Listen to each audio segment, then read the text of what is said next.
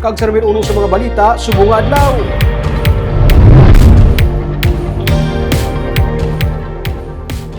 Iyari sa Negros Occidental si Presidente Rodrigo Duterte sa kagabi para magpasalamat sa mga Negrense nga mga supporters.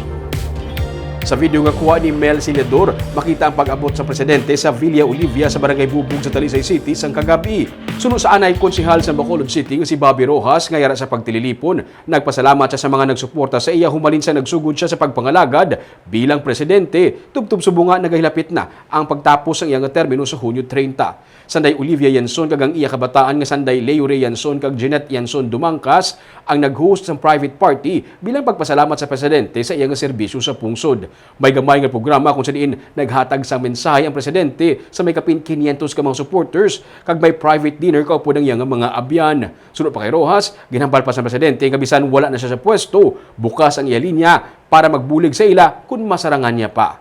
Kag si Leo Reyanson naman, nagpasalig man siya nga may pamilya si Duterte nga balik-balikan sa Negros.